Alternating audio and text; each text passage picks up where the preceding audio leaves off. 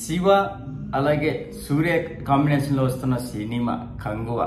దీంట్లో సూర్య dual role పోషిస్తున్నాడు. అంతేకాకుండా heroine Bollywood తారైనటువంటి దిశ పట్నాని, అలాగే యానిమల్ విలన్ అయినటువంటి బాబీ డియోల్. ఈ సినిమా ఎలా ఉంది అనేది ఇప్పుడు రివ్యూ తెలుసుకుందాం. ఫస్ట్, ఈ సినిమాలో సూర్యకు 2 ఇంట్రడక్షన్లు ఉంటాయి. ఒకటి కంగువ ఇంట్రడక్షన్ అయితే లేటెస్ట్ ఇప్పుడు మన జనరేషన్ లో ఉన్న ఇంకొక సూర్యకి సంబంధించి ఇంట్రడక్షన్. ఇక్కడ మనకు సినిమాలో సూర్య తన భుజాల మీద మోసాడు ఫస్ట్ స్క్రీన్ నుంచి సినిమా ఎండింగ్ అయ్యేంత వరకు. సినిమా ఇక్కడ సూర్య యాక్టింగ్ ఏంటంటే ప్రజెంట్ జనరేషన్ లో షాడో కాప్ గా ఉంటాడు. అంటే పోలీసులకు హెల్ప్ చేస్తూ తనకు ఇది చేస్తుంటాడు. అలాంటి టైంలో అనుకోకుండా ఒక పిల్లవాడితో పరిచయం ఏర్పడుతుంది. ఆ పిల్లవాడు ఈ సినిమాకు హైలైట్ అని చెప్పడంలో ఎటువంటి సందేహం లేదు. అతను పలికించిన ఆహాభావాలు గాని, అతను సినిమాకు మెయిన్ కీ రోల్ ఆ పిల్లవాడే.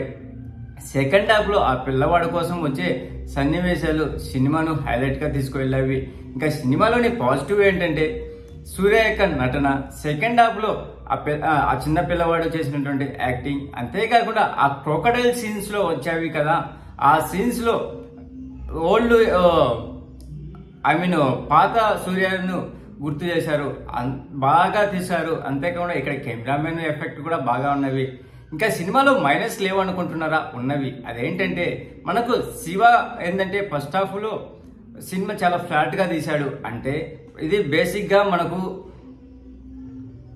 ఆదివాసుల గురించి చూపిస్తారు కదా, ఆ టైంలో క్లియర్ గా నిదానంగా చెప్తే బాగుండేది. ఫాస్ట్ గా మూసగా చూపించడం వల్ల సినిమాను మనం అర్థం చేసుకునే లోపలనే ఆ స్క్రీన్ అయిపోతుంది. అందువలన ఫస్ట్ హాఫ్ సరిగా మైండ్కి ఎక్కదు, సెకండ్ హాఫ్ అయితే వేరే లెవెల్ తీసుకువెళ్ళింది. ఇంకా క్లైమాక్స్ ఫైట్ అయితే అదరగొట్టింది. దిశ పటాని ఈ సినిమాలోని అందాల ఆరబోతకు బాగా పనికొచ్చింది.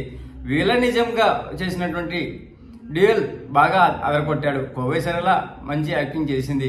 ఇంకా ఈ సినిమాలో నెగిటివ్స్ ఏంటంటే మెయిన్ మన మ్యూజిక్ డైరెక్టర్ అయినటువంటి దేవిశ్రీ ప్రసాద్ మోస పద్ధతిలోనే బీజిఎం ఇచ్చాడు. ఒక 10 years బ్యాక్ దేవిశ్రీ ప్రసాద్ ఎలా ఇస్తాడో సేమ్ అలాగనే ఇచ్చాడు. కొత్తదనం అయితే నాకు మ్యూజిక్ లో కనపడలేదు.